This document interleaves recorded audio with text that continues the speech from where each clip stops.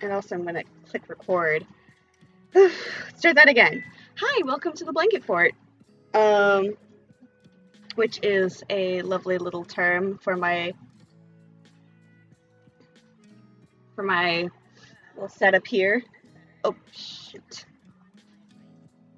Eat. Alright. It's been an entire week since I last streamed because oof. Because of a lot of reasons. On Monday, I was so sick I could not get out of bed. On Wednesday, I had a doctor's appointment and forgot to write anything. And on Friday, I was not near my computer whatsoever. But we're back today, and we're still in the Lord of the Rings. We're in the Two Towers and the second book of the Two Towers. And this is chapter 4 of book 2 of the Two Towers of Herbs and Stewed Rabbits.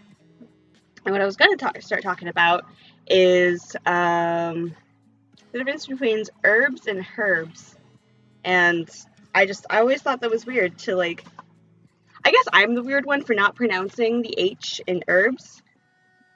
But what can I say? I'm just a goddamn American. Is J.R.R. Tolkien American? I feel like I should know this. And I feel like by not knowing that, I'm losing some sort of nerd card that is taken away from women at will. Oh no, don't tell my professors or any of the white guys in my English classes at college. They might take away my English major. Well, I can't do that now. I've already graduated. Sorry the stream was a bit late. I was a bit slow on the uptake this morning, and I had to get makeup on, and my eyeliner was not cooperating, which is an important thing to me. I want my eyeliner to look good. Helps my eyes look good. Alright, let's get right into the reading. I don't know how much I'll read today, but I'll give it my darndest. Of Herbs and Stewed Rabbit. For a few hours of daylight that were left, they rested, shifting into the shade as the sun moved. Oh, I should actually give a quick little, what happened last time. So, the Two Towers is broken up into 2 books, right?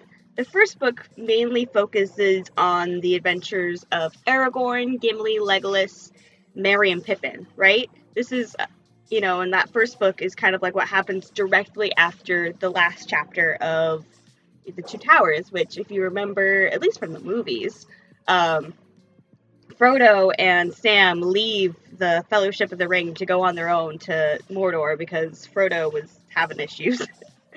Frodo didn't really trust the rest of the group because Boromir tried to take the ring, and also he just felt guilty for bringing everybody along, so he went alone.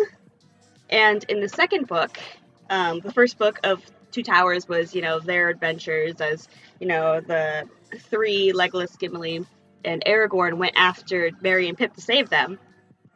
The second book is, Frodo and Sam's adventure, and they run into Smeagol, and they're going through that. Sam does not trust Smeagol whatsoever. He's overheard Smeagol talking about, killing them and taking the ring. But Frodo's not having any of it. Frodo is very trusting of Smeagol, and I'm guessing it's because, Frodo and Smeagol seem to have this, link through the ring. They've both been corrupted by it. They both felt the taint, the desire, the yearning that comes from wanting the ring. And what happened to the last chapter? Oh yeah, the last chapter was called The Black Gate is Closed.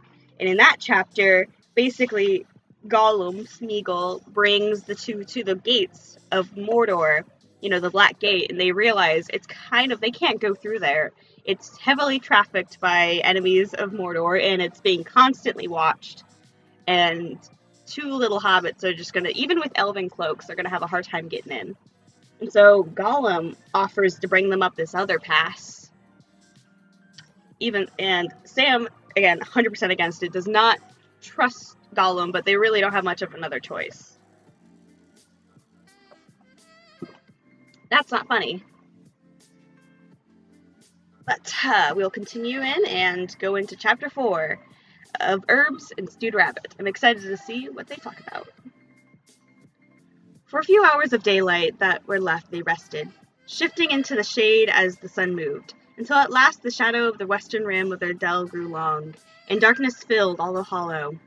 Then they ate little and drank sparingly. Gollum ate nothing, but he accepted water gladly.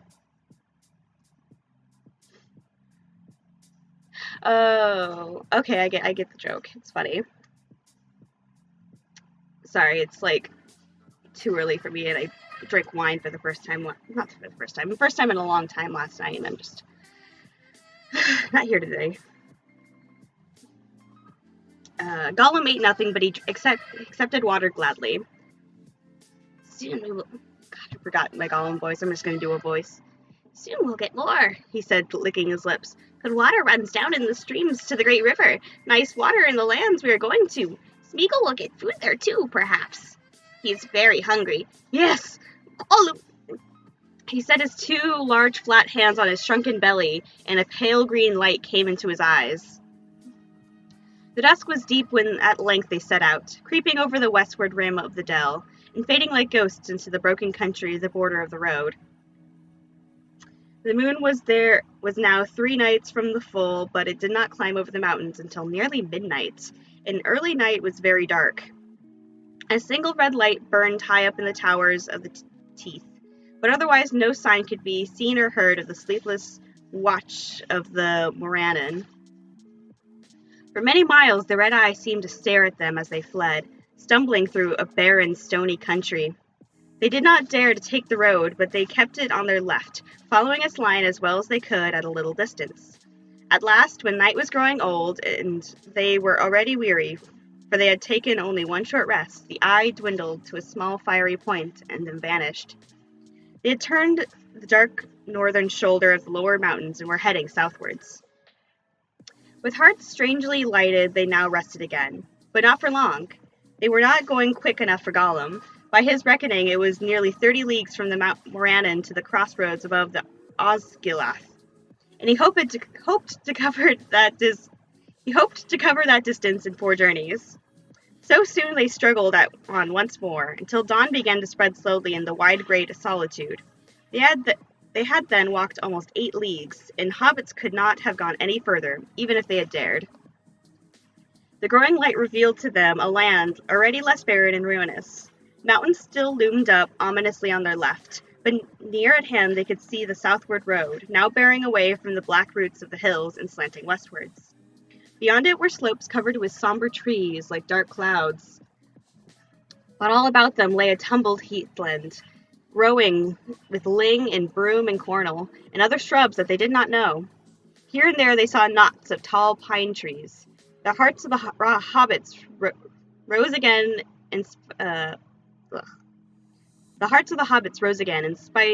rose again a little in spite of weariness. Oh my gosh. The air was fresh and fragrant. It reminded them of the uplands of the North Farthing far away.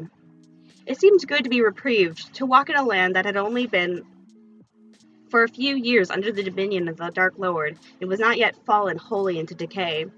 But they did not forget their danger, nor the Black Gate, that was still all too near. Hidden through it was behind the gloomy heights. They looked about for a hiding place where they could shelter from the evil eyes while the light lasted. The days passed uneasily. They lay deep in the heather and counted out slow hours, in which there seemed little change. For they were still under the shadows of the Ephel Duath, and the sun was veiled. Frodo slept at times, deeply and peacefully, either trusting Gollum or too tired to trouble about him, but Sam found it difficult to do more than doze. Even when Gollum was plainly fast asleep, whiffling and twitching in his secret dreams. Hunger, perhaps, more than mistrust, kept him wakeful. He had begun too long for a good homely meal. Something hot out of the pot. As soon as the land faded into a formless gray under the coming night, they started out again. In a little while, Gollum led them down to the southward road, and after they went on more quickly through the danger though the danger was greater. Their ears were strained for a sound of a hoof or a foot on the road ahead, or following them from behind. But the night passed, and they heard no sound of walker or rider. The road had been made in a long lost time, and for perhaps 30 miles below it, below the Morannon, it had been newly repaired. But as it went south, the wild encroached upon it. The handiwork of men of old could be seen in its straight, sure flight and level course now and again. Now and again it cut its way through the hillside slopes, or leaped over a stream upon a widely shaped arc of enduring masonry. But at last all signs of stonework faded, save for a broken pillar here and there, peering out of the bushes at the side or on old paving stones, still lurking amid weeds and moss. Heather and trees and bracken scrambled down and overhung the banks, or sprawling out over the surface. It dwindled at last to a country cart road little used, but it did not wind, held on its own sure course and guided them by the swiftest way. They passed into the northern marches of that land that men once called Ithilien, a fair country of climbing woods and swift-falling streams. The night became fine under star and round moon, and it seemed to the hobbits that the fragrance of the air grew as they went forward. And from the blowing and mutterings of Gollum, it seemed that he noticed it too, but did not relish in it. At the first signs of day they halted again, and they had come to the end of the long cutting, deep and sheer-sided in the middle, by which the road clove its way through the stony ridge. Oh my gosh. Come on, Tolkien. Now they climbed up the westward bank and looked abroad. Day was opening in the sky, and they saw that the mountains were now much further off, receding eastward in a long curve that was lost in the distance. Before them, as they turned west, gentle slopes ran down into the dim hazes far below. All about them were small woods of resinous trees, fir and cedar and cypress, and other kinds unknown in the Shire, with wide glades about them, and everywhere there was a wealth of sweet-smelling herbs and shrubs. The long journey from Rivendell had brought them far south of their own land, but not until now, in this more sheltered region, had the hobbits felt the change of clime.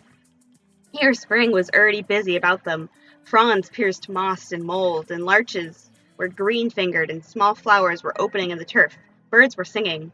Ithilien, the garden of Gondor, was now desolate, kept still a disheveled dryad loveliness. South and west it looked towards the warm lower vales of Anduin, shielded from the east by the Efelduath, and yet not under the mountain shadow, protected from the north by Emyn I'm going to finish this chapter and change the music. Open to the southern airs and the moist winds from the sea far away. Many great trees grew there and planted long ago, falling into unintended age amid the riot of careless descendants. And groves and thickets were of tamarisk and pungent terebinth, of olive and of the bay. And there were junipers and myrtles and thymes that grew in bushes, or with their woody creeping stems mantled in deep tapestries and hidden stones. Sages of many kinds putting forth blue flowers, or red or pale green, and marjorams and new sprouting parsleys, and many herbs of forms and scents beyond the garden lore of Sam. The grats and rocky walls were already starred with saxifrages and stonecrops. Primaroles and anemones were awake in the filbert brakes, and asphodel and many lily flowers nodded their half-opened heads in the grass. Deep green grass besides the pool were falling streams, halted in cool hollows on their journey down to Anduin. Right. Yeah, I'm going to change this music just because it does not feel right. It's like nice. It's like not bad music. It's just not the music I need right now. Can I get like D&D and adventure music? Is that a thing I can get? Like for a long time? Like 10-hour thing? That works. Oh, I've used this one before, probably for a D&D campaign. If y'all don't know, I am a DM. Alright, this is better. All right. And if anybody ever wants to jump on and oh, dude, thanks for the follow. I only just now saw it. Why does my follow thing not work? Yeah, it works. It just doesn't work when anybody else uses it. It only works when I test it. I apologize for that. But thank you for the follow. Alright, I was down here.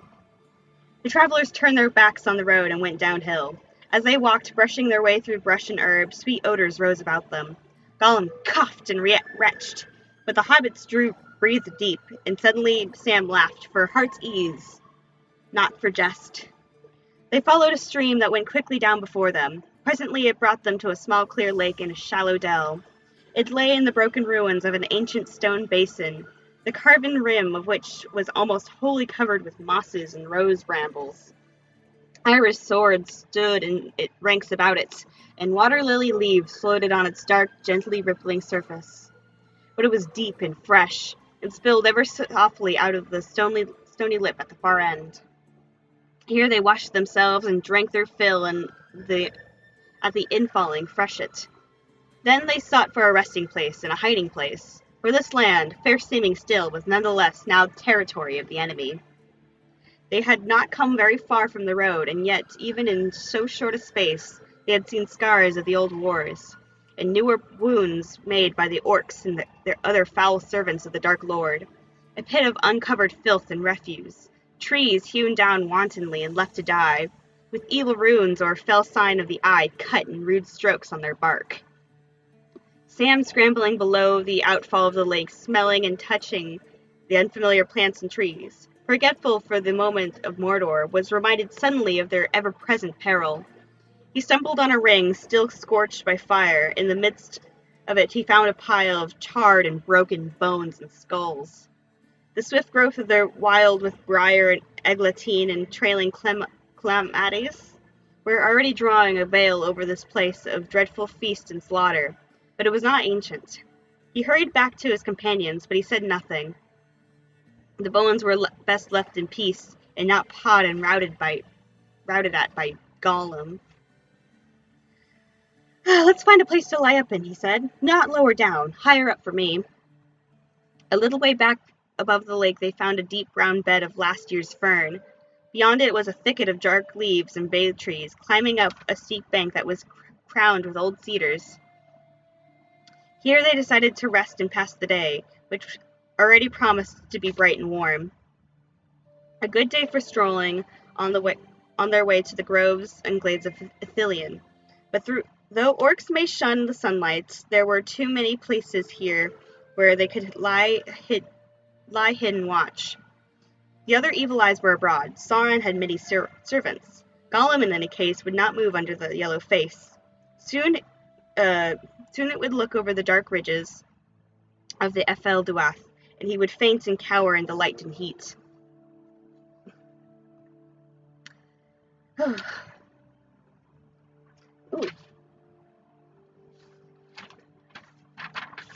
Yeah. Sorry. It's not even been that long, and I'm already like, ooh, I'm tired. Sam had been given earnest thoughts to food as they marched. Now that the despair of the impassable gate was behind them, he did not feel so inclined as his master to take no thought for their livelihood beyond the end of their errands. In any way, it seemed wiser to him to save the waybread of elves for worse times ahead. 6 days or more had passed since he reckoned that they had only a bare supplies for 3 weeks. If we reach the fire in that time, we'll be lucky at this rate, he thought. We might be wanting to get back. We might. Besides, at the end of the long night march, after bathing and drinking, he felt even more hungry than usual. A supper or breakfast by the fire in the old kitchen at Bagshot Row was what he really wanted. An idea struck him, and he turned to Gollum. Gollum had begun to sneak off on his own, and he was crawling away on all fours through the fern. "Hi, Gollum," said Sam. "Where are you going? Hunting? Well, see here, old noser, you don't like our food, and I'd not be sorry for a change myself. Your new motto's always ready to help. Could you find anything fit for a hungry hobbit?" Yes, perhaps yes, said Gollum. Smeagol always helps, if they asks nicely. Right, said Sam. I does ask, and if that isn't nice enough, I begs. Gollum disappears. He was away for some time, and Frodo, after a few mouthfuls of lembas, settled into the brown fern and went to sleep. Sam looked at him. The early daylight was only just creeping down into the shadows under the trees, but he saw his master's face very clearly, and his hands too, lying at rest in the ground beside him. He was reminded suddenly of Frodo as he lain, asleep in the house of Elrond after his deadly wounds. Then he had kept watch Then, as he had kept watch, Sam had noticed that at times the light seemed to be shining faintly within, but now the light was even clearer and stronger. Frodo's face was peaceful. The marks of fear and care had left it, but it looked old and beautiful, as if the chiseling of the shaping of years was now revealed in many fine lines that had before been hidden, though the identity of the face was not changed. Not that Sam Gamgee put it that way to himself. He shook his head as if finding words useless, and murmured, I love him. He's like that, and sometimes it shines through somehow. But I love him, whether or no. Wow. Gollum returned quietly and peered over Sam's shoulder, looking at Frodo. He shut his eyes and crawled away without a sound. Sam came to him a moment later and found him chewing something, muttering to himself. On the ground beside him lay two small rabbits, which he had been beginning to eye greedily. Smeagol always helps, he said. He has brought rabbits. Nice rabbits. But Master has gone to sleep, and perhaps Sam wants to sleep. Doesn't want rabbits now? Smeagol tries to help, but he can't catch things all in a minute. Sam, however, had no objections to rabbit at all, and said so, at least not the cooked rabbit. All hobbits, of course, can cook, for they begin to learn the art before their letters, which many never reach. But Sam was a good cook, and even by hobbit reckoning he had done a good deal of the camp cooking on their travels, and when there was a chance. He still hopefully carried some of his gear in his pack, a small tinder box, two small shallow pans, the smaller fitting into the larger. Inside them a wooden spoon, a short two-pronged fork, and some skewers were stowed, and hidden at the bottom of the pack in a flat wooden box of a dwindling treasure, some salt. But he needed a fire and other things beside. He thought for a bit while he took out the knife, cleaned and wetted it, and began to dress the rabbits. He was not going to leave Frodo alone asleep even for a few minutes. Now, Gollum, he said, I've got another job for you. Go fill these pans with water and bring 'em back. Smeagol will fetch water, yes, said Gollum. But what does the hobbit want all the water for? He has drunk, he has washed. Never you mind, said Sam. If you can't guess, you'll soon find out. And the sooner you fetch the water, the sooner you'll learn. Don't you damage any one of my pans, or I'll carve you into mincemeat. While Gollum was away, Sam took another look at Frodo. He was still sleeping quietly, but Sam was now struck by the most leanness of his face and hands.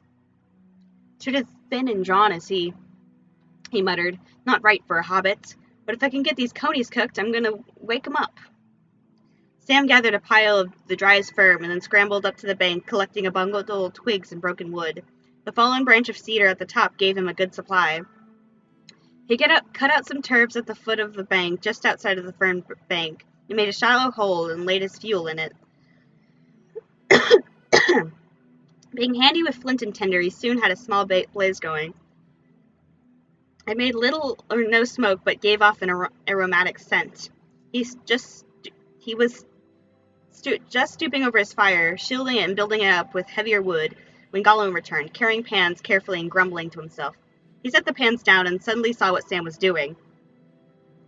He gave a thin, hissing shriek and seemed to be both frightened and angry. Ah, no, he cried. No, silly hobbits, foolish, yes, foolish. They mustn't do it. Mustn't do what? Asked Sam in surprise. Not make the nasty red tongues, hissed Gollum. Fire, fire! It's dangerous, yes it is. It burns, it kills, and it will bring enemies, yes it will. I don't think so, said Sam. I don't see why it should. If you don't put wet stuff on it and make a smother. But it does. I'm going to risk it anyhow. I'm going to stew these conies. Stew the rabbits, squealed Gollum in dismay. Spoiled, beautiful meat Smeagol saved for you. Poor, hungry Smeagol. What for? What for? Silly hobbits. They are young, they are tender, they are nice. Eat them, eat them. He clawed at the nearest rabbit, already skinned and lying by the fire. Now, now, said Sam, each to his own fashion. Our bread chokes you, raw coney chokes me. And if you give me the coney is mine, see? To cook, if I have mines, and I have. You didn't watch me. Go and catch another and eat it as you fancy, somewhere private and out of my sight. Then you won't see the fire, and I won't see you. And we will both be happier.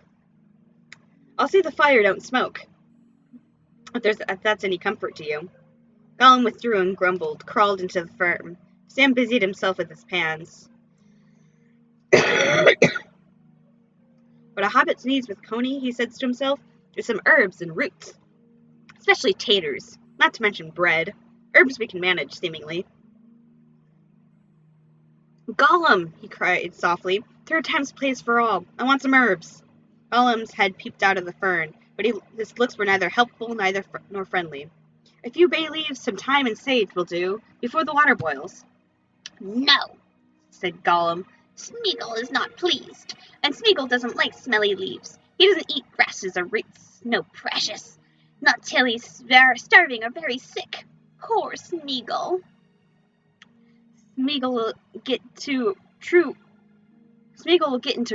real true hot water when his water boils if he doesn't do as he's asked, growled Sam. Sam will put his head in it, yes, precious. And I'll make him look for turnips and carrots and taters too, if it was that time of the year. I bet there's all sorts of good things running wild in this country. I'd give it a lot for a half-dozen taters. Smeagol won't go.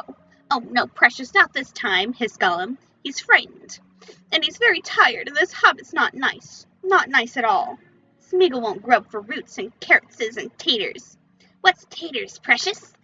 Eh? What's taters? Potatoes, said Sam. The gaffer's delight. A rare good ballast for an empty belly. But you won't find any, so you needn't look. But be good, Smeagol, and fetch me the herbs, and I'll think better of you. What's more, if you turn over a new leaf and keep it turned, I'll cook you some taters one of these days, I will. Fried fish and chips served by S.G.M.G. You couldn't say no to that. Yes, we could. Spoiling nice fish, scorching it. Give me the fish now, and keep nasty chips. Oh, you're hopeless, said Sam. Go to sleep. In the end, he had to find what he wanted himself, and he did not have to go far, not out of the sight of the place where his master lay, still sleeping. For a while Sam sat musing, tending the fire till the water boiled. The daylight grew and the air became warm. The dew faded off turf and leaf. Soon the rabbits cut up lay simmering in their pans with the bunched herbs. Almost Sam fell asleep as the time went by. He let them stew for close to an hour, testing them now and again with his fork and tasting the broth. When he thought all was ready, he lifted the pans off the fire and crept along to Frodo. Frodo half opened his eyes at Sam as Sam stood over him, and when he wakened from his dreaming, another gentle, unrecoverable dream of peace. Hello, Sam, he said. Not resting? Is anything wrong? Is it the time? About couple hours after daybreak, said Sam, and nigh on 8:30 by Shire clocks, maybe. But nothing's wrong, though it ain't quite what I'd call right. No stock, no onions, no taters. I got a bit of a stew for you and some broth, Mr. Frodo. Do you good, but you'll have to sup it in your mug, or straight from the pan, when it's cooled a bit. I haven't brought no bowls, nor nothing proper. Frodo yawned and stretched. You should have been resting, Sam, he said. And lighting a fire is dangerous in these parts, but I do feel hungry. Can I smell it from here? What have you stewed? A present from Smeagol, said Sam. A brace of young conies, though I fancy Gollum's regretting them now, but there's not to go with them, but a few herbs. And Sam and his master sat within the fern's brake and ate their stew from the pan, sharing the old fork and spoon. They allotted themselves half a piece of elvish waybread each. It seemed a feast. Whew, Gollum, Sam called and whistled softly. Come on, still time to change your mind. There's still some left if you want to try stewed coney. There was no answer. Oh, well, I suppose he's gone off to find something else for himself. We'll finish it, said Sam. And then you must sleep, said Frodo. Don't you drop off while I'm nodding, Mr. Frodo. I don't feel too sure of him. There's a good deal of stinker, the bad Gollum, if you understand me, still in him, and it's getting stronger again. Not but what I think he's trying to throttle me first now. We don't see eye to eye, and he's not pleased with Sam. Oh, no, precious, not pleased at all. They finished, and Sam went off to the stream to rinse his gear. Ugh. As he stood up to return, he looked back to the slope, and the moment he saw the sun rise over the reek, or haze, or dark shadow, whatever it was, that lay in the east, and it sent its golden beams down upon the trees and glades about him. Then he noticed a thin spiral of blue-gray smoke, plain to see as it caught the sunlight, rising from the thicket above him. With shock, he realized it was the smoke from his little cooking fire, which he had neglected to put out. That won't do. Never thought it would show like that, he muttered. He started to hurry back. Suddenly he halted and listened. Had he heard a whistle or no? Or was it the call of some strange bird? If it was a whistle, that it did not come from Frodo's direction. There it went again from another place. Sam began to run as well as he could uphill. He found a small brand, burning it away its outer edge, had kindled some fern at the end of the fire, and the fern blazing had set the turf smoldering. Hastily he stamped out what was left of the fire, scattering the ashes, and laid the turfs on the hole. Then he crept back to Frodo. Did you hear a whistle? And what sounded like an answer? He answered, a few minutes back. I hope it was only a bird, but it didn't sound quite like that. More like someone mimicking a bird call, I thought. And I'm afraid my fire has been smoking.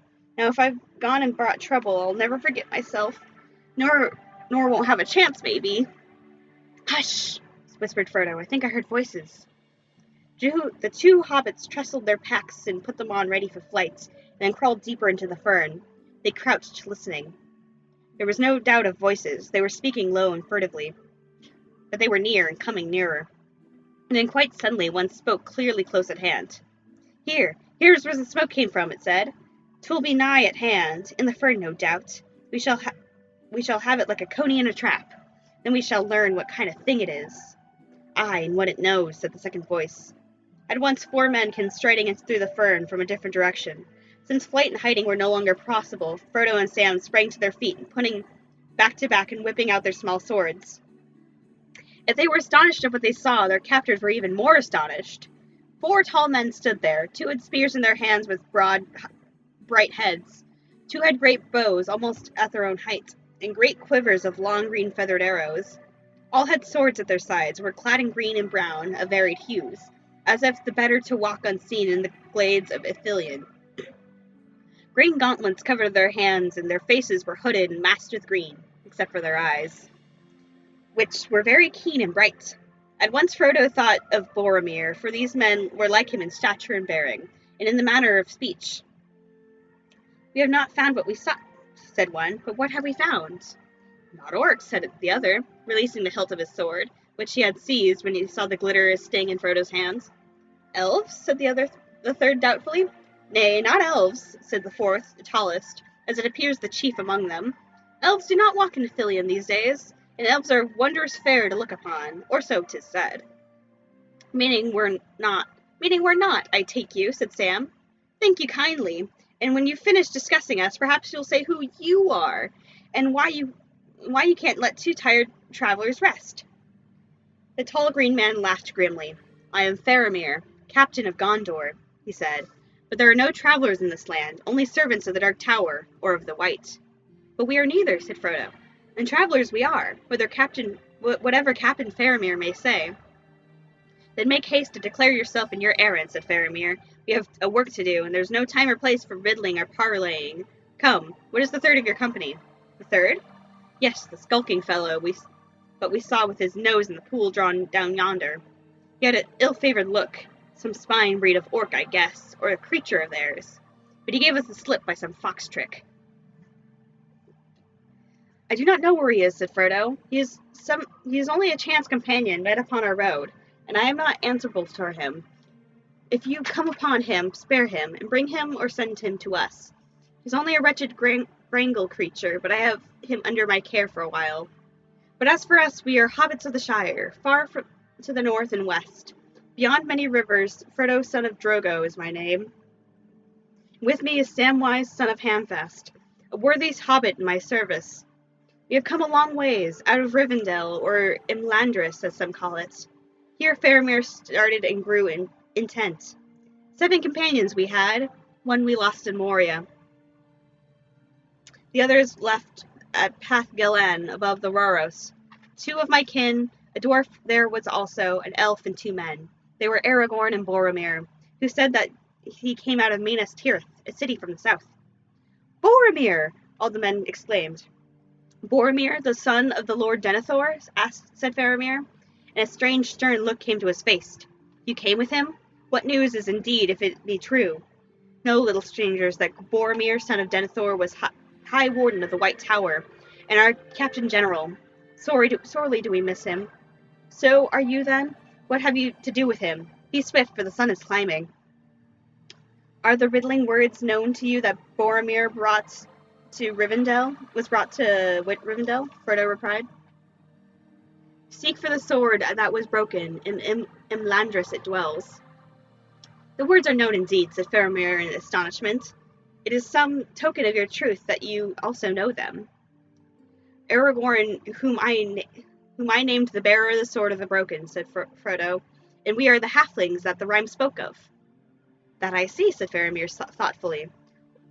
Or I see that it might be so. And what is Isildur's bane? That is hidden, answered Frodo. Doubtless it'll be made clear in some time. Why is my phone buzzing? One moment. Oh. Well, I hope that wasn't a super important call. It only just buzzed for a couple moments. It said AT&T fraud risk. It's probably a spam call, but... Anyways, on we go. Continuing with the reading. We must learn more of this, said Faramir, and know what brings you so far east into the shadow of yonder. He pointed and said no name. But not now. We have business in hand. You are in peril, and you would not have gone far by field or road this day. There will be hard strokes nigh at hand, ere the day is full. Then death or swift flight back to Anduin. I will leave 2 to guard you, for your good and for mine. Wise men trust not to a chance meeting on the road on this land. If I return, I will speak more with you. Farewell, said Frodo, bowing low. Think what you will, I am a friend of all enemies of the one enemy. We would go with you, if we halfling folk could hope to serve you, such doughty men, strong as you may seem, and if my errand permitted it, may the light shine on your swords. The halfling are courteous folks, whatever they be, said Faramir. Farewell. The hobbits sat down again, but they said nothing to one another of their thoughts and doubts. Close by, just under the dappling shadow of the dark bay trees, 2 men remained on guard. They took off their masks now and again to cool them, as the day heat grew, and Frodo saw that they were goodly men, pale-skinned, dark of hair, with grey eyes and faces sad and proud. They spoke together in soft voices, at first using the common speech, but after the manner of older days, and then changing to another language of their own. To his amazement, as he listened, Frodo became aware that it was the elven tongue that they spoke. Or one but little different. He looked at them with wonder, for he knew then that they must be Duodain of the south, men of the line of the lords of Westernesse. After a while he spoke to them, but they were slow and cautious in answering. They named themselves Mablung and Damrod, soldiers of Gondor. They were rangers of Ithilien, for they were descended from folk who lived in Ithilien at one time, before it was overrun. From such men the Lord Denethor chose his forayers, who crossed the Anduin secretly. Oh my god, I scratched my head and the page flips. How or where they would not say, or harry the orcs and other enemies that roamed between Efelduath and the river. It is close on 10 leagues hence to the east shore of Anduin, said Mablung, and we seldom come so far afield. But we have a new errand on this journey, to come to ambush the men of Harad. Curse them! Aye, curse the Sothrons, said Damrod. 'Tis said that there were dealings of old between Gondor and the kingdoms of the Harad in far south, though there was never friendship. In those days our bonds were away south beyond the mouths of Anduin and the Umbar, the nearest of their realms, acknowledged our sway. But that is long since. 'Tis many lives of men since any passed 2 or 4 between us. Now of late we have learned that the enemy has been among them, and they are gone over to him, or back to him. They were ever ready to his will, as have so many also in the east. I doubt not that the days of Gondor are numbered, and the walls of Minas Tirith are doomed, so great is his strength and malice. But we will not sit idle and let him do all as he would, said Mablung. These cursed Southrons come now marching up the ancient road to swell the hosts of the Dark Tower, yea, up the very roads that the craft of Gondor made. And they go ever more heedlessly, we learn, thinking that the power of their master was great enough, or that the mere shadow of his hills will protect them. We will come to teach them another lesson. Great strength of them was reported to us some days ago, marching north. One of their regiment is due by our reckoning to pass by, and some time ere the noon, up on the road above, where it passes through the cloven way. The roads may pass, but they shall not while Faramir is captain. He leads now in all perilous ventures, but his life is charmed, or fate spare him for some other end. Their talk died down into a listening silence. All seemed still and watchful. Sam crouched by the edge of the fern brake and peered out. With his keen hobbit eyes, he saw that many more men were about. He could see them stealing up slopes, singing in long files. Singly, like one at a time. Or in long files, keeping always to the shade of grove or thicket, or crawling, hardly visible in their brown and green raiments, through grass and brake. All were hooded and masked, and had gauntlets on their hands, which were armed like Faramir and his companions. Before long they had passed and vanished. The sun rose until it neared the south. The shadows shrank. I wonder where that dreaded Gollum is, thought Sam, as he crawled back into a deeper shade. He stands a fair chance of being spitted for an orc, or being roasted by the yellow face. But I fancy he'll look after himself. He lay down beside Frodo and began to doze. He woke, thinking that he had heard horns blowing. He sat up. It was now high noon. It's high noon. God, that stopped being funny years ago. The guards stood alert and tense in the shadow of the trees. Suddenly the horns rang out louder and beyond mistake from above.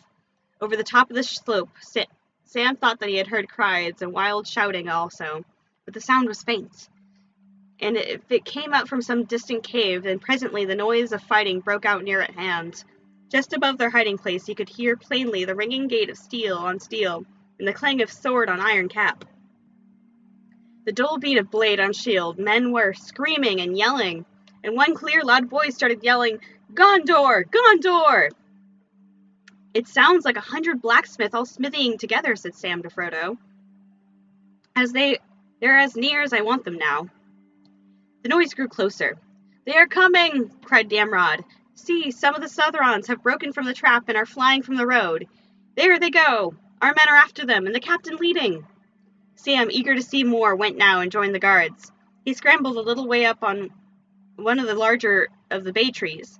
For a moment he caught a glimpse of swarthy men in red running down the slope some way off, the green-clad warriors leaping after them, hewing them down as they fled. Arrows were thick in the air, and then suddenly, straight over the rim of their sweltering bank, a man fell, crashing through the slender trees nearly on top of them. He came to rest in the fern a few feet away, face downwards, green arrow feathers sticking from his neck in the golden collar. His scarlet robes were tattered, his corselet of overlapping brazen plates were rent and hewn. His black plaits of his hair, braided with gold, were drenched with blood. His brown hands still clutched the hilt of the broken sword.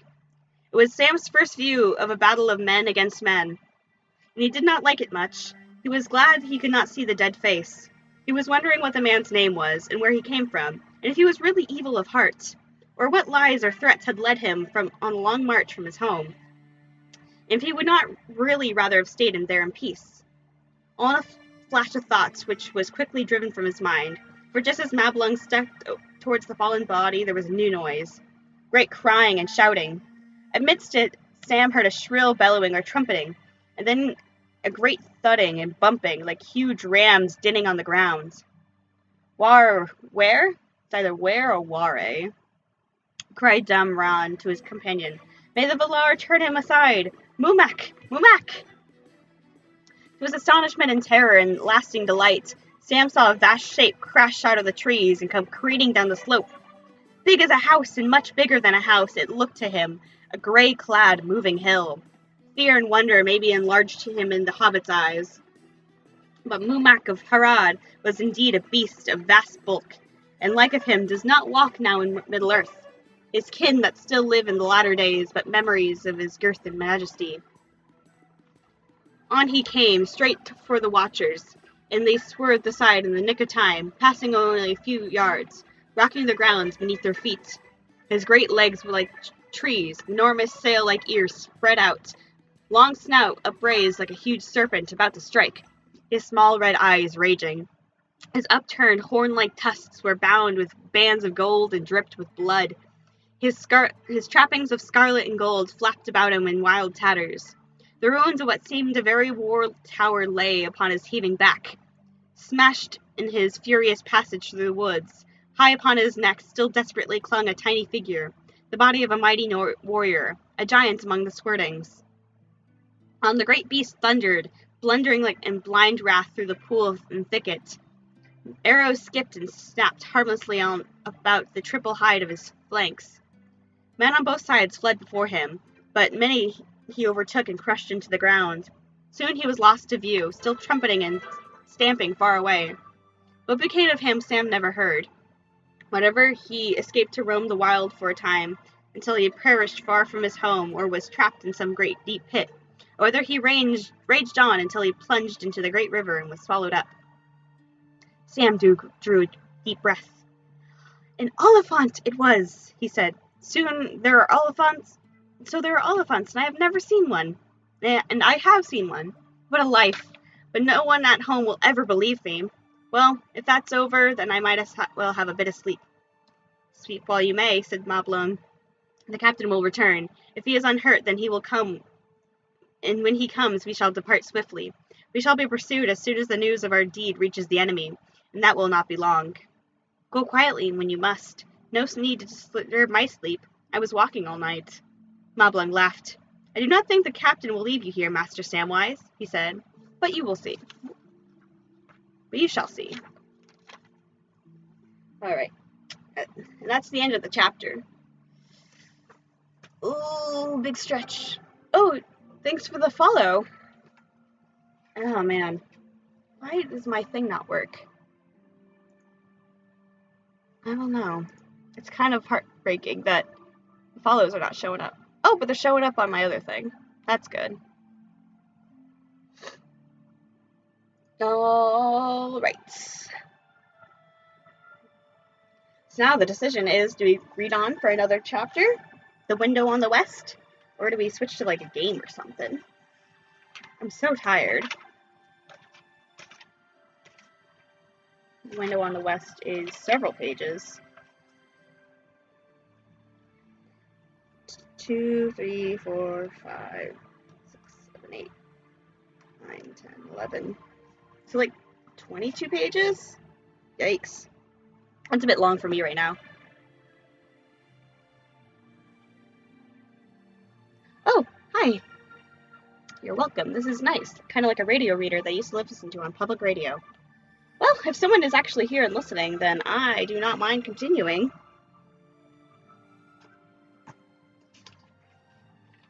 Yeah, this is chapter 5, The Window on the West. Might as well change my little thing. Got my Where Are We little text box. Switch it up to chapter 5. Oop, not that much.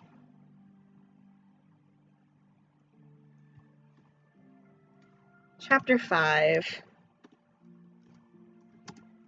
Window on the West? There we go. You can take a break if needed. I'm listening while I eat lunch. Yeah, I'm probably gonna go run and grab some water. Oh, I have a little bit of water right here. I'll drink that. There's something for my throat.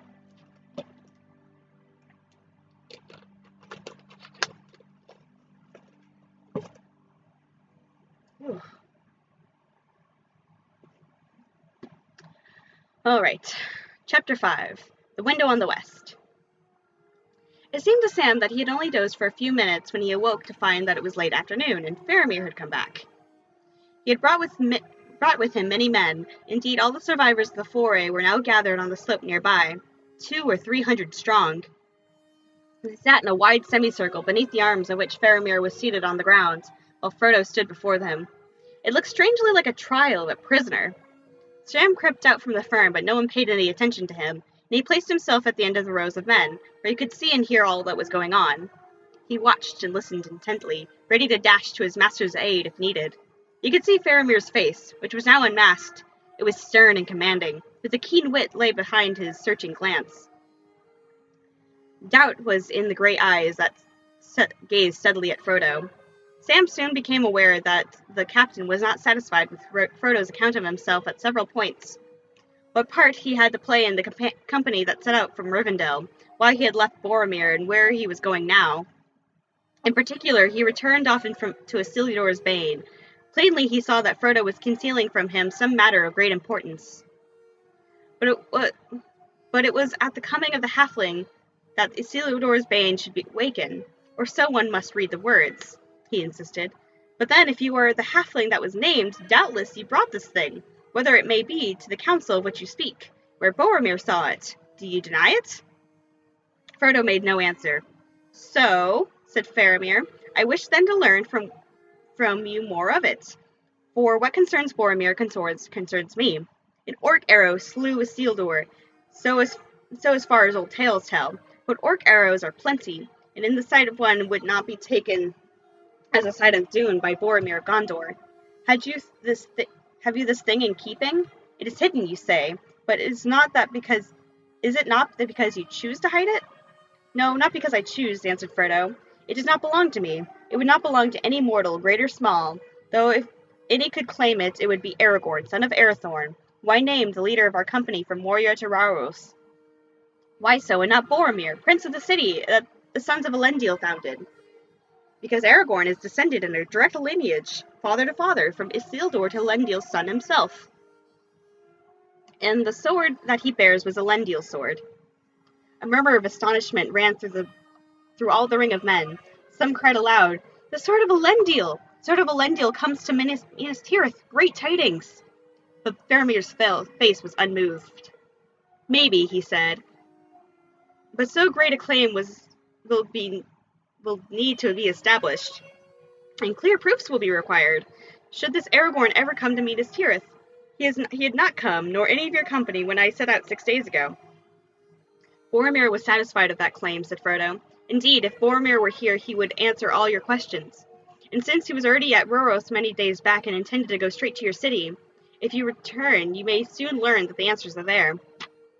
My part in the company was known to him, as to all the others, for it was appointed to me in Elrond of Imladris himself before the whole council. On that errand I came into this country, but it was not mine to reveal to any outside the company. Yet those who claimed to oppose the enemy would do well not to hinder it. Frodo's tone was proud, whatever he felt, and Sam approved of it, but it did not appease Faramir. So, he said, you bid me mind my own affairs and get me back home, and let you be. Boromir will tell all when he comes. When he comes, say you. Were you a friend of Boromir? Vividly before Frodo's mind came the memory of Boromir's assault upon him. For a moment he hesitated. Faramir's eyes, watching him, grew harder. Boromir was a valiant member of our company, said Frodo at length. Yes, I was his friend, for my part. Faramir smiled grimly. Then you would grieve to learn that Boromir is dead. I would grieve indeed, said Frodo. Then catching the look on Faramir's eyes, he faltered. Dead? He said. Do you mean that he is dead and that you knew it? You have been trying to trap me in the woods, playing with me? Or are you now trying to snare me with a falsehood? It would not snare even an orc with a falsehood. I would not snare even an orc with a falsehood, said Faramir.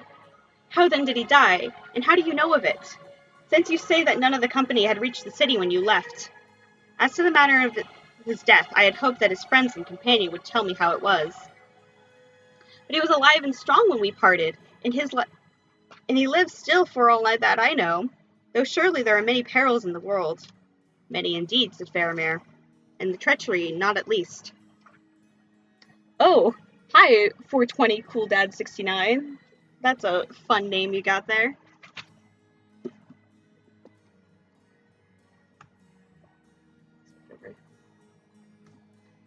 Sam had been getting more and more impatient and angry at this conversation.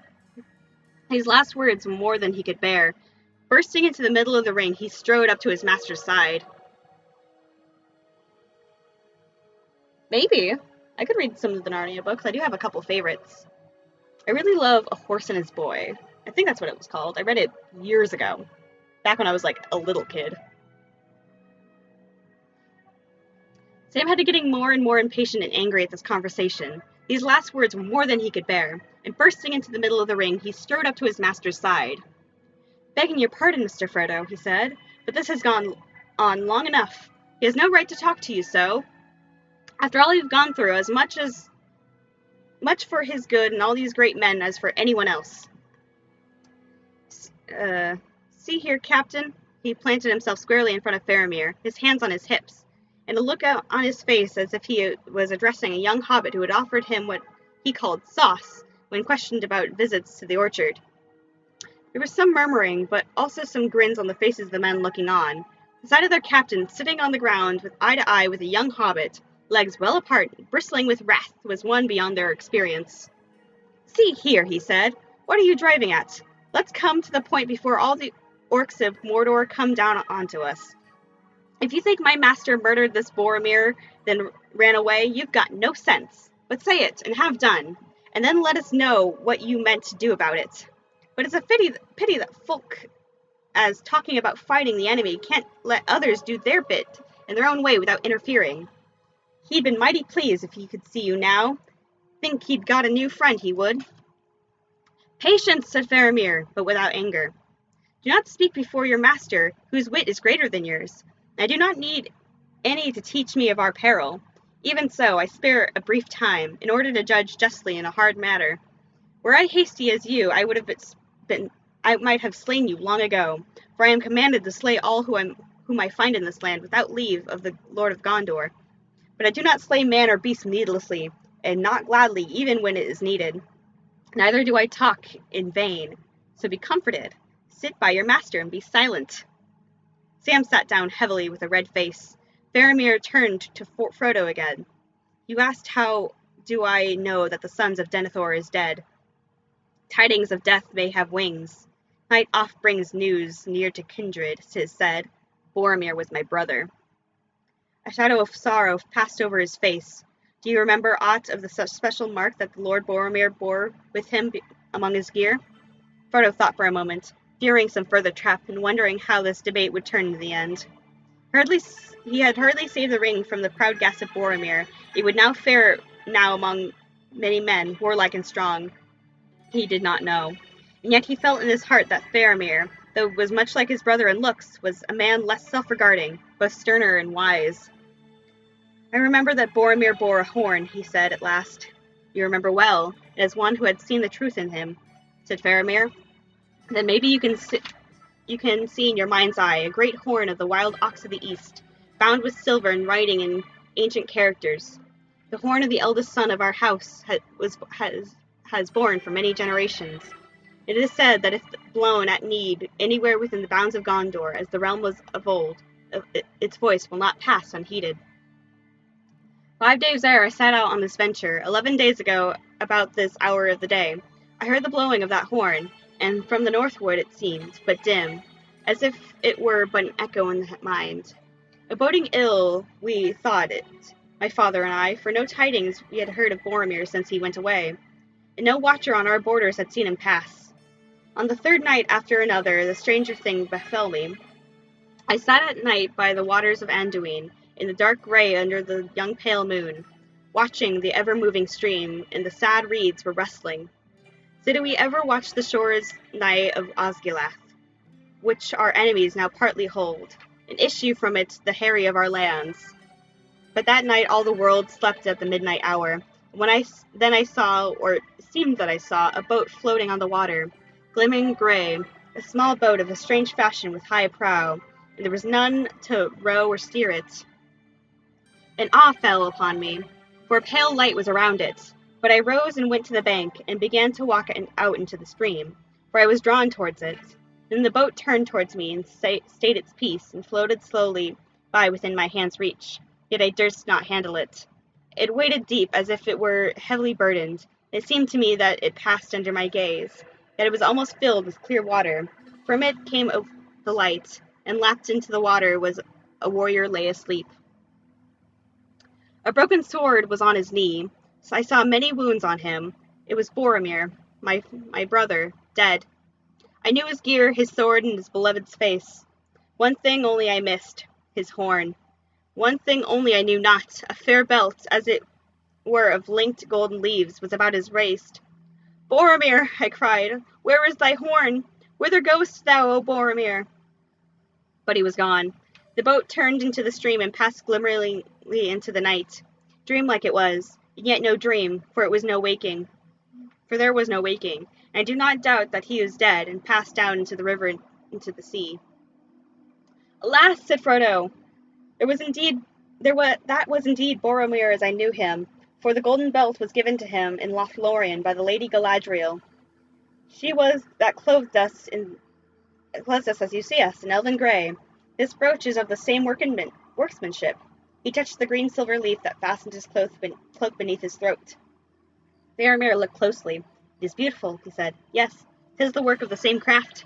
So you passed through the land of Lorien. Loren it was named of old, but long now it had lain beyond the knowledge of men, he added softly, regarding Frodo with a new wonder in his eyes. Much that was strange about you I begin now to understand. Will you not tell me more? For it is bitter thought that Boromir died within the sight of the land of his home. No more can I say than I have said, said Frodo, though your tale fills me with foreboding. A vision it was that you saw, I think, and no more some shadow of evil fortune that has been or will be. Unless indeed it is some lying trick of the enemy, I have seen the faces of fair warriors of old laid in sleep beneath pools of the dead marshes, or seeming so by his foul arts. Nay, it was not so, said Faramir, for his works filled the heart with loathing. My heart was filled with grief and pity.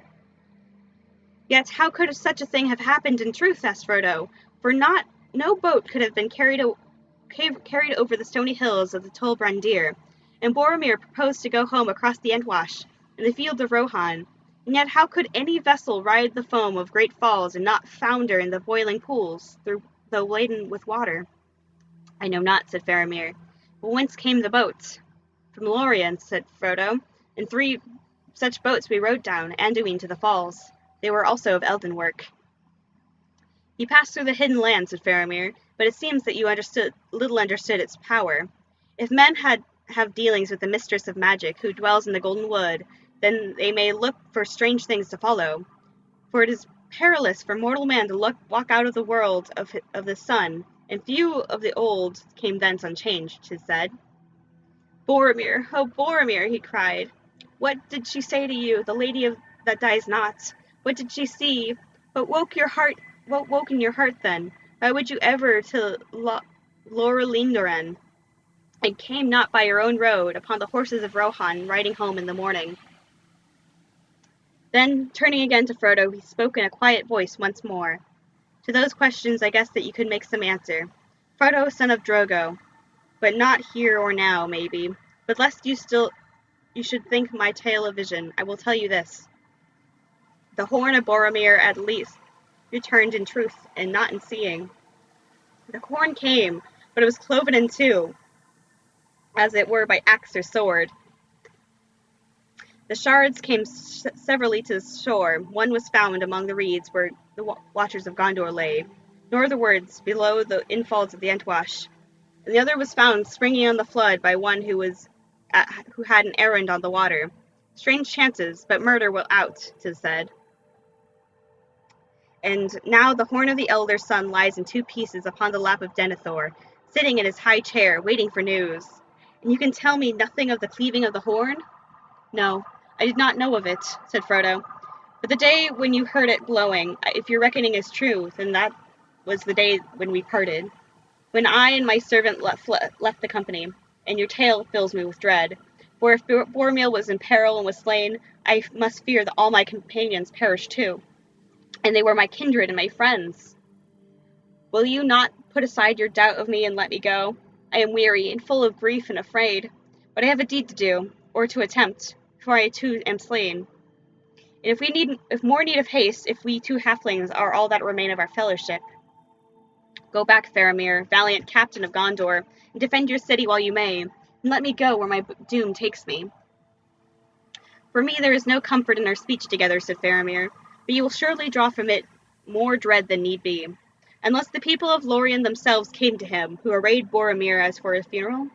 Not orcs or servants of the Nameless. Some of your company, I guess, live still.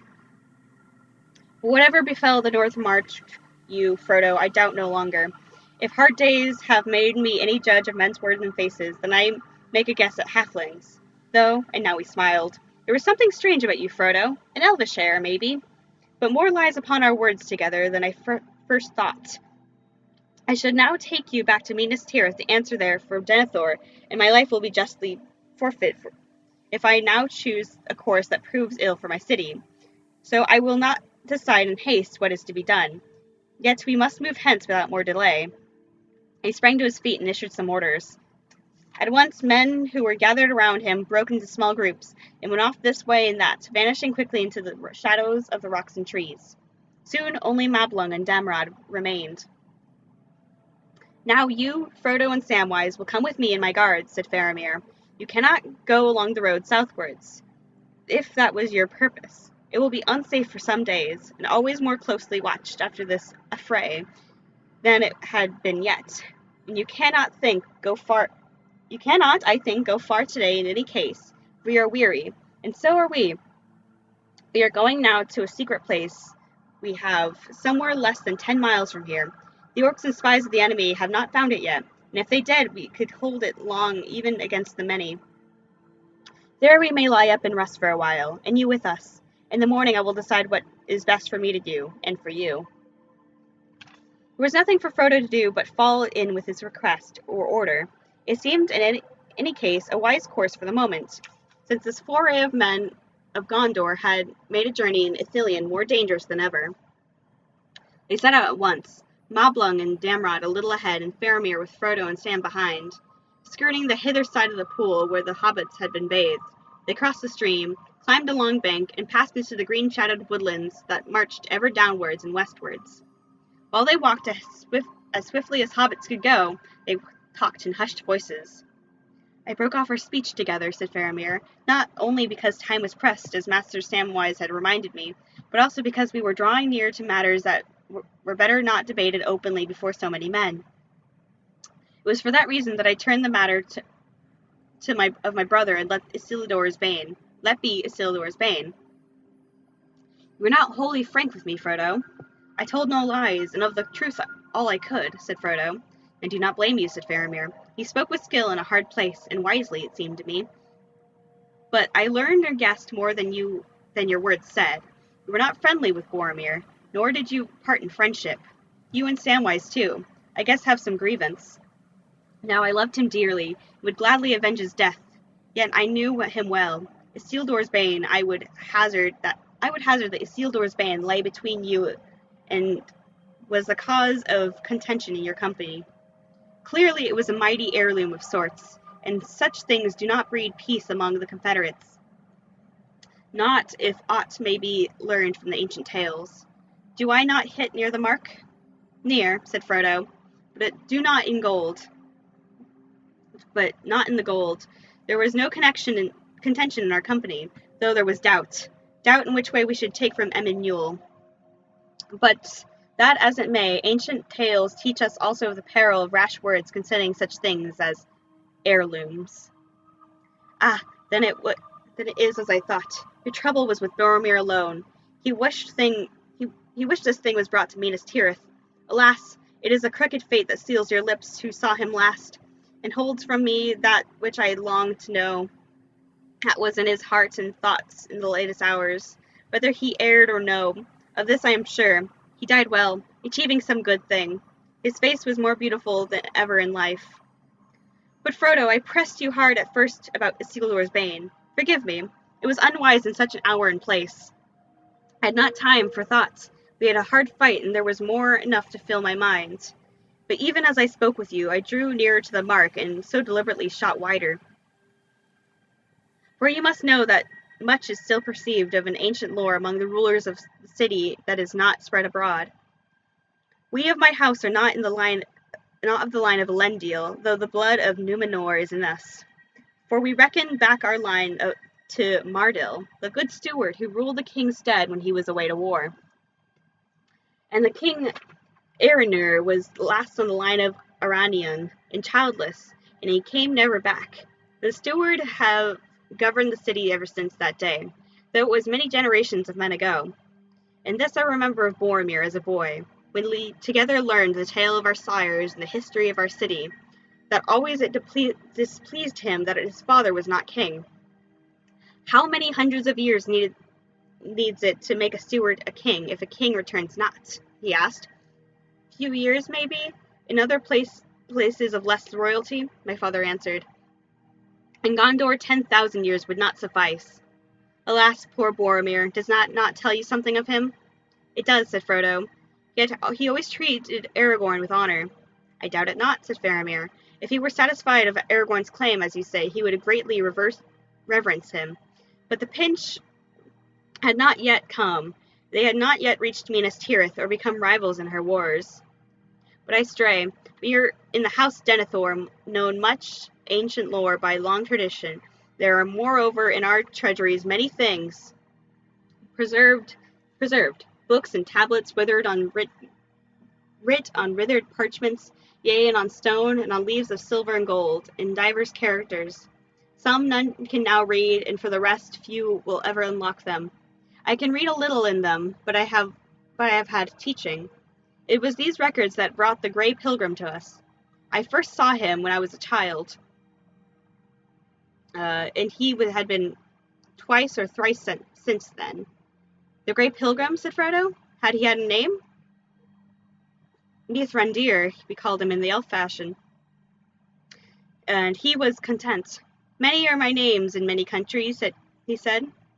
Mithrandir among the elves, Tharkun to the dwarves, Olorin when I was in my youth in the west that is forgotten. In the south, Inachus, in the north, Gandalf, in the east, I go not. Gandalf, said Frodo. I thought it was he.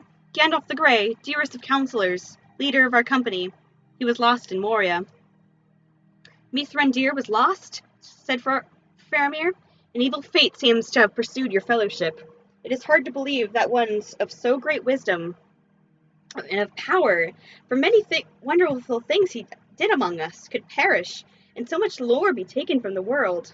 Are you sure of this, and that he did not leave you and depart where he would? Alas, yes, said Frodo. I saw him fall into the abyss. I see that there is some great tale of dread in this, said Faramir, which perhaps you may tell me in the evening time. This Mithrandir was, I now guess, more than a lore master, a great mover of deeds that are done in our time.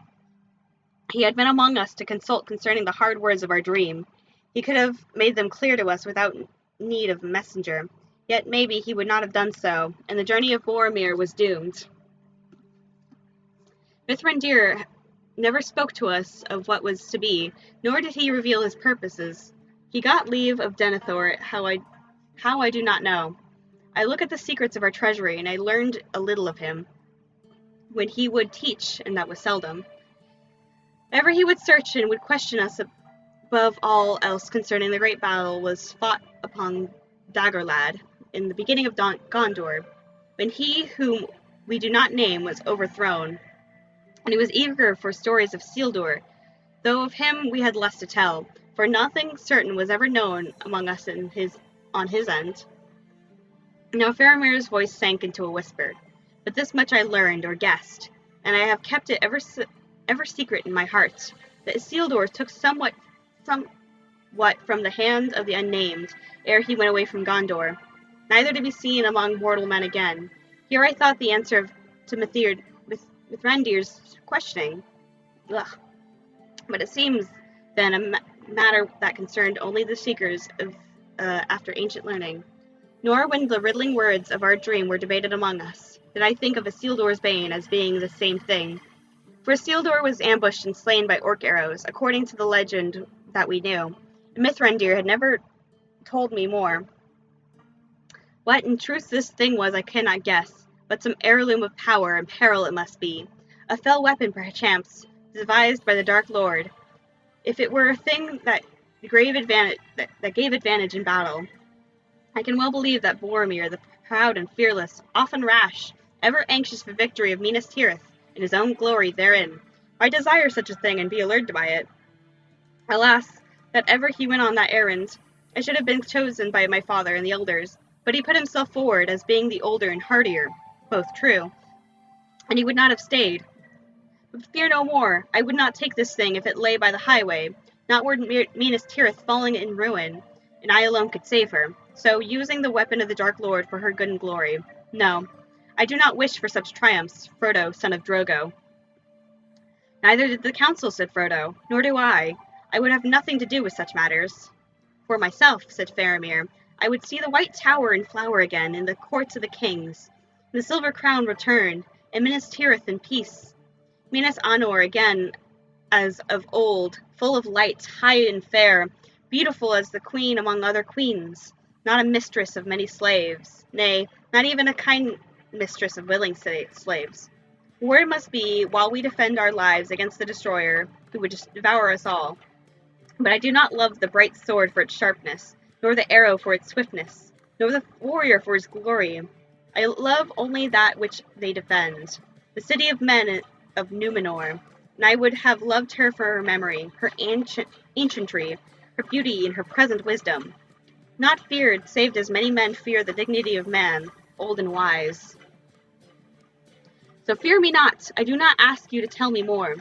I do not even ask you to tell me whether I now speak nearer the mark. But if you will trust me, it may be that I can advise you in your present quest, whatever that be. Yes, and even aid you. Frodo made no answer. Almost he yielded to the desire for help and counsel, to tell this grave young man, though words seemed so wise and fair that all was in his mind, but something was held them back. His heart was heavy with fear and sorrow, and if he and Sam were indeed, it seemed likely, all that was now left in the Nine Walkers, then he was in sole command of the secret of their errand. Better mistrust undeserved than rash words. And the memory of Boromir, of the dreadful change that lure of the ring had worked in him, was very present to his mind when he looked at Faramir and listened to his voice. Unlike they were, and yet also so much akin. How much more of this do I have? Do a quick check. Alright, that's not much more. 1, 2, 3, 4, 5. So about like 10 pages. We can do this. They walked on in silence for a while, passing like gray and green shadows in old trees, their feet making no sound. Above them many birds sang, and the sun glistened on the polished roof of dark leaves in the evergreen woods of Ithilien. Sam had taken no part in the conversation, though he had listened, and at the same time he had attended with his keen hobbit ears to all soft woodland noises about them. One thing he had noted, that was in all the talk the name of Gollum had not once come up. He was glad, though he felt it was too much hope that he would never hear it again. He soon became aware that though they walked alone, there were many men close at hand. Not only Damrod and Mablung flitting in and out of the shadow ahead, but others on either side, all making their swift, secret way to some appointed place. Once looking back, as if some prickle of his skin told him that he was being watched from behind, he thought he saw a brief glimpse of a small dark shape slipping behind a tree trunk. He opened his mouth to speak it and shut it again. I'm not sure of it, he said to himself. Why should I remind them of the old villain, if they choose to forget him? I wish I could. So they passed on until the woodlands grew thinner, and the land began to fall more steeply.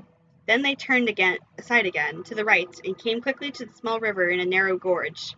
It was the same stream that trickled far out of the round pool, and now grown to a swift torrent, leaping down over many stones in a deep cloven bed, overhung with the ilex and dark boxwoods. Looking west, they could see below them in a haze of lights, lowlands and broad meads, glinting off the westerning sun and the wide waters of the Anduin. Here, alas, I must do you a discourtesy, said Faramir. I hope you will pardon it to one who has so far made his orders give way to courtesy as not to slay you or bind you. But it is a command that no stranger... Ah. Alright. This is happening. I am going to fix my little blanket here, because of course it fell. And because people in the past have not been cool, I have to turn off the camera because people are mean and objectify me and say terrible things about my body. And I'm not cool with that. So I'll see you in a bit.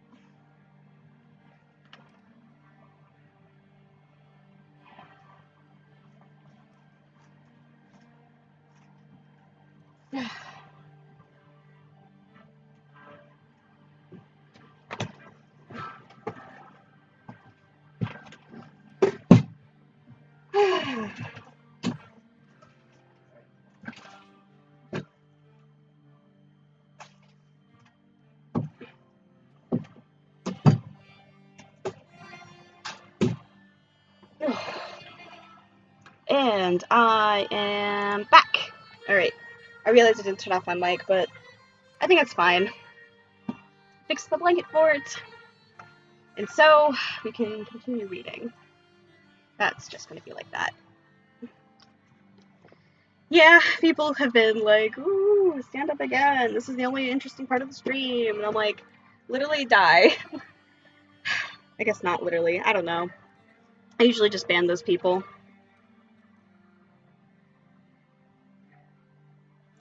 Yeah, I mean, I guess I should expect it, being on the internet and being a woman and all. This doesn't mean it's fun.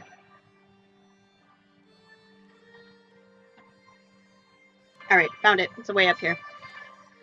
Okay. I hope you will pardon... Alas. Here, alas, I must do you a discourtesy, said Faramir. I hope you will pardon it to one who has so far made his orders to give way to courtesy as not to slay you or bind you. Hello, Bow-Laid Metal. Can't really pronounce your name, but hi, welcome to the stream. But it is a command that no stranger, not even one of Rohan that fights with us, shall see the path we go now with open eyes. I must blindfold you. Metal ball. Okay. As you will, said Frodo. Even the elves do likewise as need, and blindfolded we crossed the borders of fair Lothlorien. Gimli the dwarf took ill, but the hobbits endured it. It is no place so fair as I shall lead you, said Faramir, but I am glad that you will take to this willingly, and not by force. He called softly, and immediately Moblung and Damrod stepped out of the trees and came back to him. Blindfold these guests, said Faramir, securely as to not discomfort them. Do not tie their hands. They will give their word not to try and see. I could trust them to shut their eyes of their own accord, but eyes will blink and feet, if the feet stumble, and lead them so far that they do not falter. With green scarves, the two guards now bound the hobbits' eyes, and drew their hoods down almost to their mouths. Then quickly they took each other one by the hand and went on their way. All that Frodo and Sam knew of this last mile of the road they learned from guessing in the dark. After a little they found that they were on a path descending steeply. Soon it grew so narrow that they went in single file, brushing a stony wall on either side. The guards steered them from behind with hands laid firmly on their shoulders. Now and again they came to rough places and were lifted from their feet for a while, and then set down again. Always the noise of the running water was on their right hand. It grew nearer and louder. At the length they were halted. Quickly Mablung and Damrod turned them about several times. They lost all sense of direction. They climbed upwards a little. It seemed cold, and the noise of the stream had become faint. Then they were picked up and carried down many steps, and round a corner. Suddenly they heard the water again, loud now, and rushing and splashing, all around them, it seemed. And they felt a fine rain on their hands and cheeks. At last they were set on their feet once more. For a moment they stood so, half fearful, blindfolded, not knowing where they were, and no one spoke. Then came the voice of Faramir close behind. "Let them see," he said, and the scarves were removed and their hoods drawn back. They blinked and gasped. They stood on a wet floor of polished stone, the doorstep, as it were, of a rough-hewn gate of rock, opening dark behind them. But in front of a thin veil of water was hung, so near that Frodo could have outstretched an arm into it. It faced westward. The level shafts of the setting sun behind beat upon it, and the red light was broken into many flickering beams of ever-changing color. It was as if they stood at the window of some elven tower, curtained with threaded jewels of silver and gold, and ruby and sapphire and amethyst, all kindled with an unconsuming fire. At least by good chance we came at the right hour to reward you with your patience, said Faramir. This is the window of the sunset, Henneth Annuin, fairest of all the falls of Ithilien, land of many fountains. Few strangers have even seen it. There is no kingly hall behind to match it. Enter now and see. Even as he spoke, the sun sank, and the fire faded in the flowing water. They turned and passed under the flowing, low, forbidding arch. At once they found themselves in a rock chamber, wide and rough, with an uneven stooping roof. A few torches were kindled and cast a dim light of glistening walls. Many men were already there. Others were still coming in by twos and threes through a dark, narrow door on one side. As their eyes grew accustomed to the gloom, the hobbits saw that the cave was larger than they had guessed, and was filled with great store of arms and victuals. Well, here is our refuge, says Faramir. Not a place as great as of ease, but here you may pass from the night in peace. It is dry at least, and there is food though no fire. At one time the water flowed down through the cave and out of the arch, but its course was changed further by the gorge, by workmen of old, and the stream sent... Why? It's because I don't have new tape, and I need new tape, and... You know what, this is just where we are right now. I will have a better setup for next time.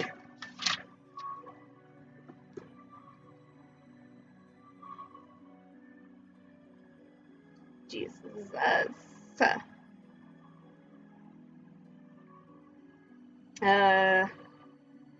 Though no fire. Where's that? Oh well. Well, here is our refuge, says Faramir. Not a great place of ease, but here you may pass the night in peace. It is dry at least, and there is food, though no fire.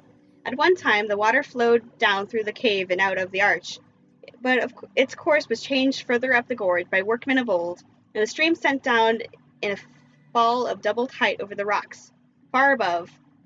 All the ways into this grot were then sealed against the entry of water or aught elsewhere, all save one. There are now but two ways out, that passage yonder by which you entered blindfolded, and through the wet window curtain into a deep bowl filled with knives of stone. Now rest a while until the evening meal is set. The hobbits were taken to a corner and given a low bed to lie on, if they wished. Meanwhile, men busied themselves about the cave, quietly and in orderly quickness. Light tables were taken from the walls and set up on the trestles and laden with gear.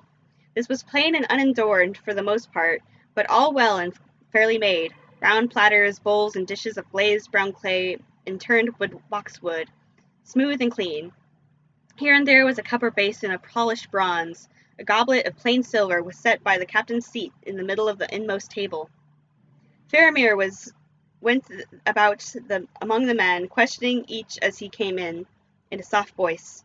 Some came back from the pursuit of the southern Rons. Others, left as scouts near the road, came in the latest. All the South Rons had been accounted for, save only the great Mumak. What happened to them none could say. Of the enemy no movement could be seen. Not even an orc spy was abroad. You saw and heard nothing, Anborn? Faramir asked of the latest corner.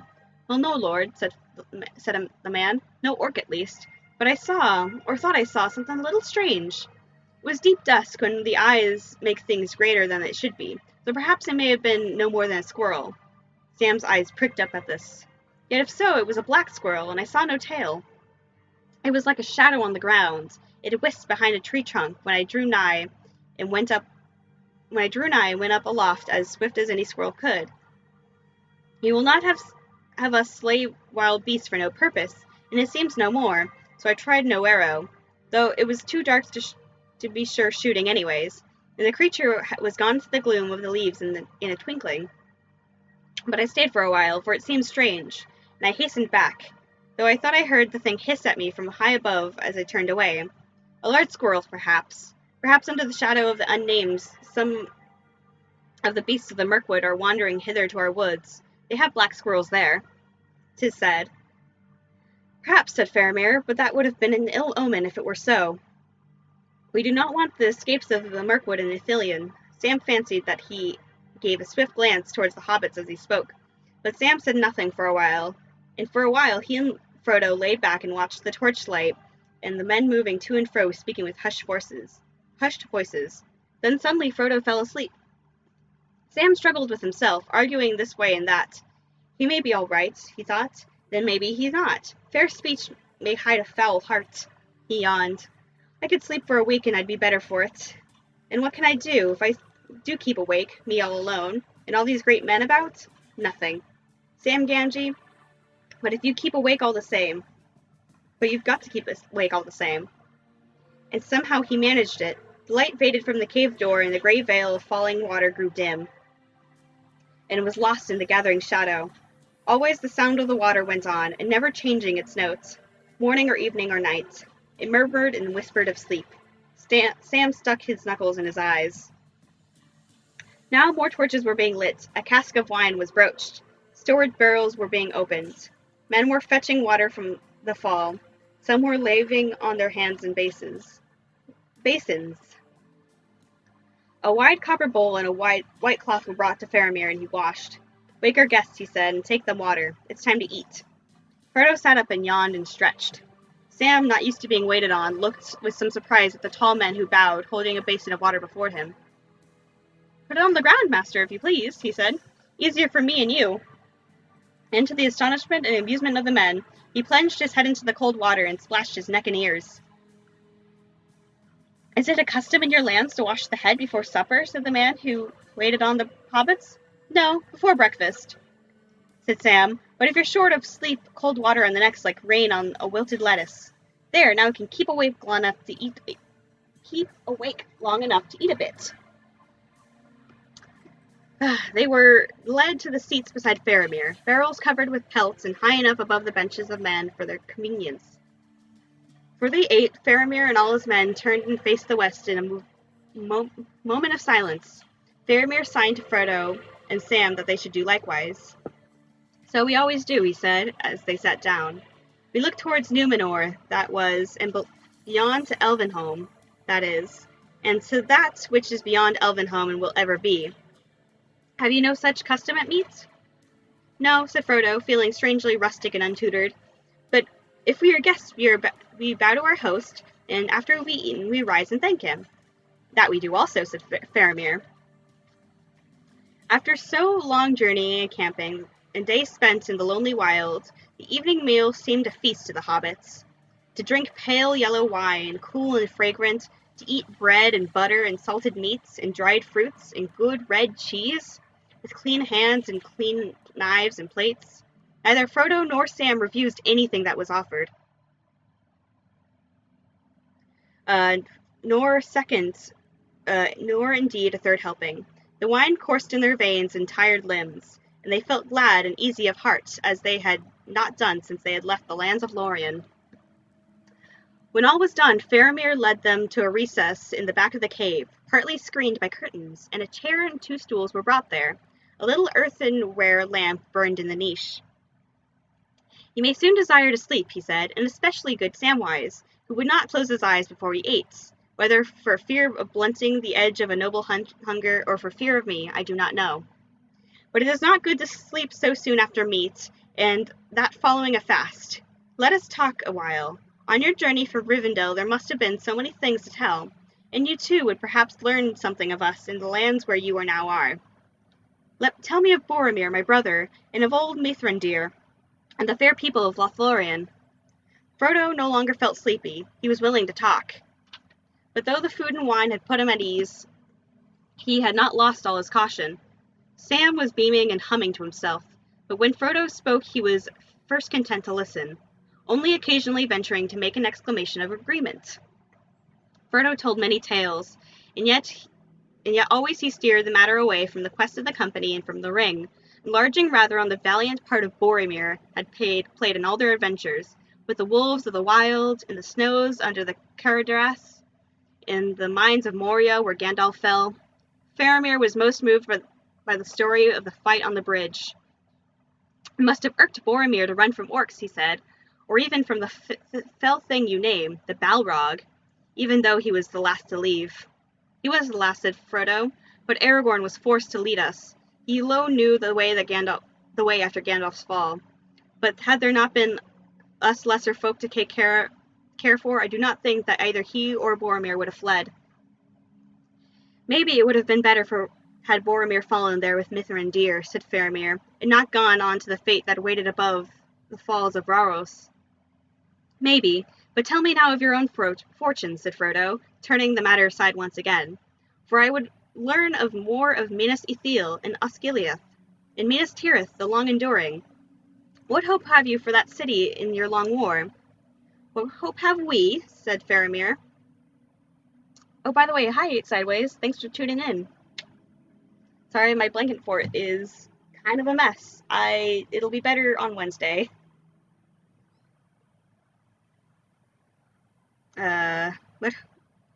What hope have we, said Faramir. It is long since we had any hope.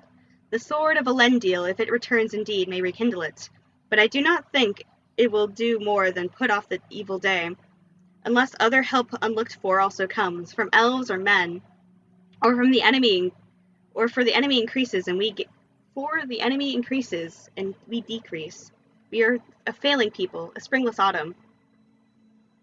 That's good. The men of Numenor were settled far and wide on the shores and seaward regions on the great lands. For the most part, they fell into evils and follies. Many became enamored of the darkness and the dark arts. Some were given over wholly to the idleness and ease, and some fought amongst themselves until they were conquered in their weakness by the wild men. It is not said that evil arts were ever practiced in Gondor, or that the Nameless One was ever named in honor there. The old wisdom and beauty brought out the West remained long in the realm of the sons of Elendil the Fair, and they linger there still. Yet even so it was Gondor that brought about its own decay, falling by degrees into dotage, and thinking that the enemy was asleep, who was only banished, not destroyed. Death was ever present because the Númenóreans still, as they had in their old kingdom, and so lost it, hungered after endless life unchanging. Kings made tombs more splendid than houses of the living, and counted old names in the rolls of their descent dearest than the names of sons. Childless lords sat in aged halls, mused on heraldry. In secret chambers withered men compounded strong elixirs, or in high cold towers asked questions of the stars. The last king of the land of Anarion had no heir. But the stewards were wiser and more fortunate. Wiser, for they recruited the strength of our people from the sturdy folk of the sea-coast, and from the hardy mountaineers of the Eren Nimras. And they made a truce with the proud peoples of the north, who often assailed us, men of fierce valor, but our kin from far off, unlike the Easterlings or the cruel Haradim. So it came to pass the cities of Sirion the 12th steward, and my father's the 6th and 20th, that they rode to our aid in our great field of Celebrant. They destroyed our enemies that had seized our northern provinces. These are the Rohirrim, as we name them, masters of horses, and we ceded to them the fields of Calenardon that are since called Rohan. For the province that had long been sparsely peopled, and they had become our allies, and have much proved themselves true to us, aiding us at need, and guarding our northern marches in the Gap of Rohan. Of our lore and manners they have learned what they would, and their lords speak our speech as need. Yet for the most part they hold by the ways of their own fathers, and their own memories, and they speak among themselves in their own North tongue. And we love them, tall men and fair women, valiant both alike, golden-haired, bright-eyed, and strong. They remind us of the youth of men, as they were in the elder days. Indeed, it is said by our lore masters that they have come from of old this affinity with us, and they are come from those same 3 houses of men as were the Númenóreans in the beginning, not from Hador the golden-haired, and the elf friend maybe, yet from such of his sons and people as went not over the sea of west, refusing the call. For so we reckon men in our lore, calling them the high, or men of the west, which were the Númenóreans and the middle peoples, and of the twilight, such as the Rohirrim and their kin that dwelled still far in the north, in the wild, the men of the darkness. Yet now, if the Rohirrim are grown in some ways more like unto us, enhanced in arts and gentleness, we too have become more like to them, and can scarce claim any longer the high title. We are become middlemen of the twilight, but with memory of other things. For as the Rohirrim do, we now love war, and valor as things good in themselves, both a sport and an end. And though we still hold that a warrior should have more skills and knowledge than only the craft of weapons and slaying, we esteem a warrior none the less above men of other crafts. Such is the need of our days, and so even was my brother, Boromir, a man of prowess, and for that he was accounted the best man in Gondor. And very valiant indeed he was. No heir of Minas Tirith has for long years been so hardy in toil, so onward into battle, or blown mightier notes on a great horn. Faramir sighed, and fell silent for a while. "You don't say much in all your tales about the elves, sir," said Sam, suddenly plucking up courage. He noted that Faramir seemed to refer to elves with reverence, and even more than his courtesy, and his food and wine had won Sam's respect and quieted his suspicions. "No, indeed, Master Samwise," said Faramir, "for I am not learned in elven lore. But there you touch upon another point in which we have changed, inclining from Númenor to Middle-earth. For as you know, and if Mithrandir was your companion, and you have spoken with Elrond, the Edain, the father of the Númenóreans, fought beside the elves in the first wars, and were rewarded by the gift of the kingdom in the midst of the sea, within the sight of Elvenhome.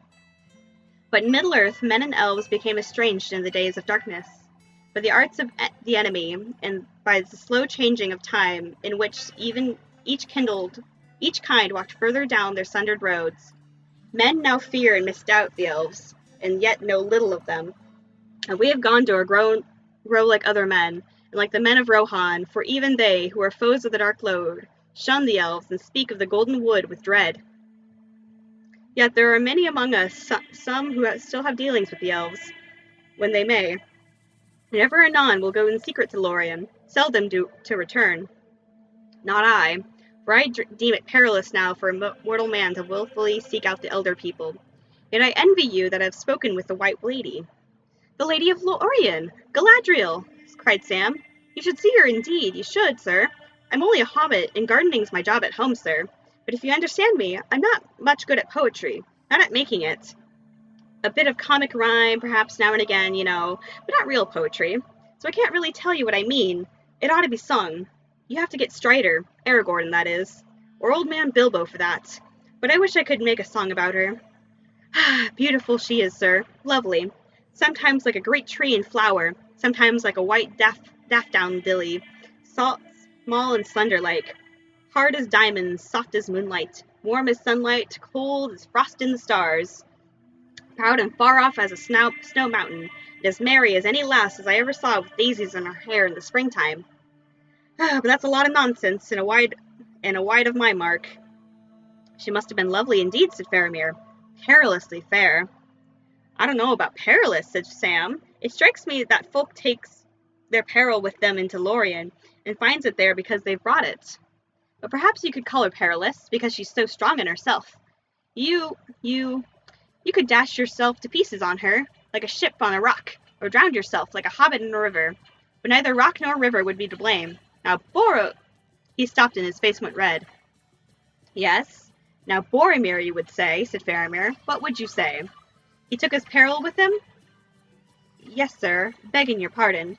A fine man your brother was, if I may say so yourself. If I may say so. But you've been warned on the scent all along. Now I watched Boromir and listened to him, and from Rivendell all down the road, looking after my master, as you'll understand, not meaning any harm to Boromir. And it's my opinion that in Lorien he first saw clearly what I guessed sooner, what he wanted. From the moment he first saw it, he wanted the enemy's ring. Sam! Cried Frodo, aghast. He had fallen deep into his own thoughts for a while, and came out of them suddenly, and too late. Save me, said Sam, turning white and flushing scarlet. Oh, there I go again. When you open your big mouth, you put your foot in it, said Gaffer used to say to me. And right enough. Oh, dear, oh, dear. Now look here, sir, he turned, facing to Faramir with all his courage as he could muster. Don't you go taking advantage of my master because his servant's no better than a fool.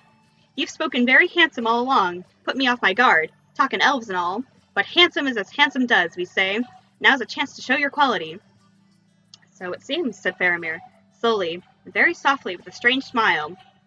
So that is the answer to all the riddles. The one ring that was thought to have perished from the world, and Boromir tried to take it by force, and you escaped, and ran all the way to me. Here in the wild I have you, 2 halflings and a host of men at my call, and the Ring of Rings. A pretty stroke of fortune, a chance for Faramir, captain of Gondor, to show his quality. Ha! He stood up, very tall and stern, his grey eyes glinting. Frodo and Sam sprang from their stools and set themselves side by side with the backs to the wall, fumbling for the sword hilts. There was a silence. All the men in the cave stopped talking and looking towards them in wonder. But Faramir sat down again in his chair and began to laugh quietly, and then suddenly became grave again. Alas for Boromir, it was too sore a trial, he said.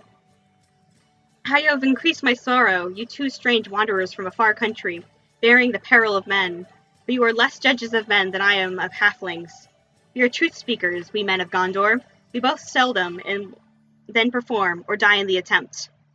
Not if I found it on the highway would I take it, I said, and even if I were such a man to desire this thing, even though I knew not clearly what thing it was when I spoke it, I should take those words as a vow, and be held by them.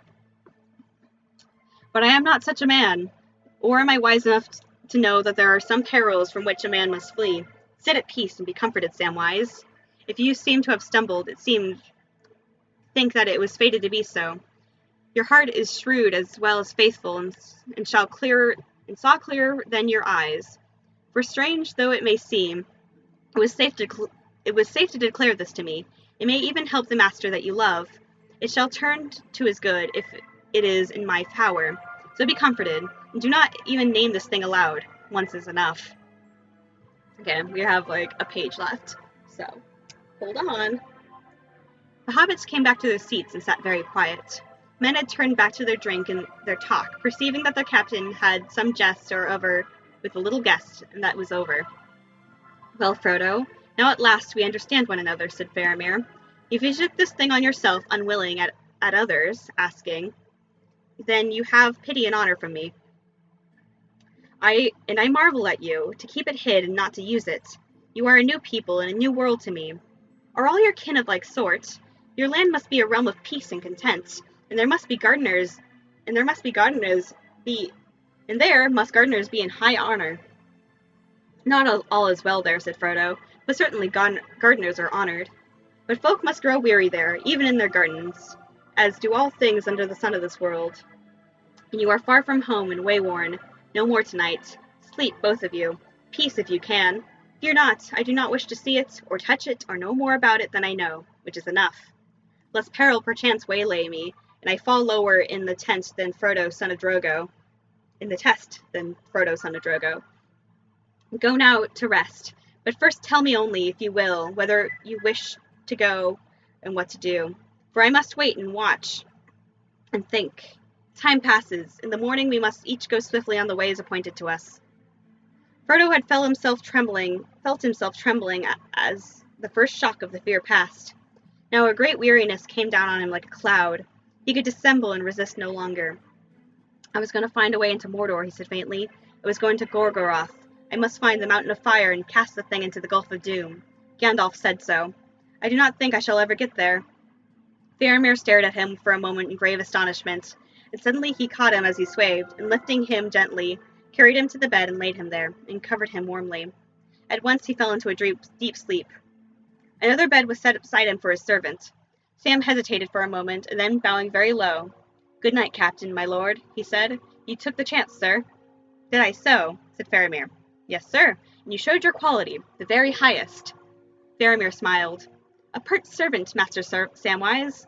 But nay, the praise of the praiseworthy is above all rewards. Yet there was naught in this to praise. I had no lure or desire to do other than I have done." "Ah, well, sir," said Sam, "you said my master had an elvish air, and that was good and true. But I can say this, you have an air too, sir, that reminds me well, Gandalf, of wizards." "Maybe," said Faramir. "Maybe you discern from far away the air of Numenor. Good night." And that's the end of the chapter. Thank you guys for sticking around with me. I had a really, really fun time, and hopefully I can actually keep on the streaming. I'll be back Wednesday morning at 9 a.m. Pacific Standard Time, because I'm living here in California, which I guess is later for you guys. So, yeah, thank you guys so much for tuning in, listening, and I'll see you again at the blanket fort. Bye!